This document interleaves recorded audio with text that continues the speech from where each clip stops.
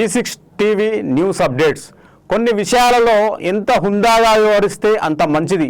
విపక్షంలో ఉన్నప్పుడు ప్రజల నాడిని ఇట్టే గుర్తించే నేతలు, అధినేతలు తమ చేతికి అధికారం వచ్చినంతనే వాటిని మర్చిపోతారా? ప్రజల్లో వ్యతిరేకత పెంచేలా, విమర్శలు వెల్లువెత్తేలా, నిర్ణయాలు తీసుకునేలా ఎందుకు వ్యవహరిస్తారు? ఉన్న తలనొప్పులు సరిపోనట్లుగా కొత్త సమస్యల్ని కొని తెచ్చుకునే విషయంలో ప్రదర్శించే ఉత్సాహం తరచూ విమర్శలకు తావిచ్చేలా ఉంటుంది. తాజాగా తెలంగాణలోని రేవంత్ ప్రభుత్వం ఇలాంటి తీరునే ప్రదర్శించింది.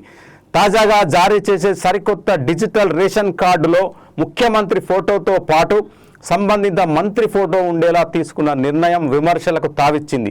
రేషన్ కార్డు దీర్ఘకాలం ప్రజల వద్ద ఉండే అధికారిక పత్రం. అలాంటి వాటిపై ప్రభుత్వ ముద్ర ఉండాలే తప్పించి పాలకులు తమ ఫోటోలు ఉండాలన్న ఆశ విమర్శలకు అవకాశం ఇవ్వటమే కాదు, ప్రజల్లో వ్యతిరేకతకు అవకాశం ఇస్తుందన్న విషయాన్ని మర్చిపోకూడదు. రేషన్ కార్డుల మీద ముఖ్యమంత్రి, సంబంధిత శాఖ మంత్రి ఫోటోలు ముద్రించడం ద్వారా వచ్చే తలనొప్పులు అన్నీ ఇన్ని కావు. ఎందుకంటే ఈరోజు అధికారంలో ఉన్నవారు తర్వాతి కాలంలో ఉండొచ్చు, ఉండకపోవచ్చు.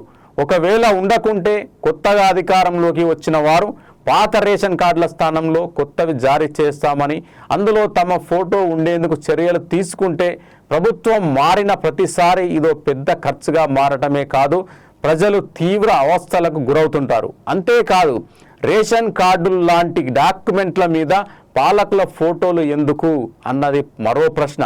ఇదంతా ఒక ఎత్తు అయితే, రేషన్ కార్డులో సబ్సిడీ మీద ఇచ్చే బియ్యం లాంటి వాటిల్లో కేంద్రం వాటా కూడా ఉంటుంది.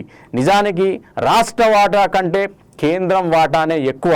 అలాంటప్పుడు ఈ తరహా ఫోటో పంచాయతీలతో ఎవరి ఫోటోలు ఉండాలన్న దానిపై చర్చ పదే పదే జరగడం మొదలవుతుంది.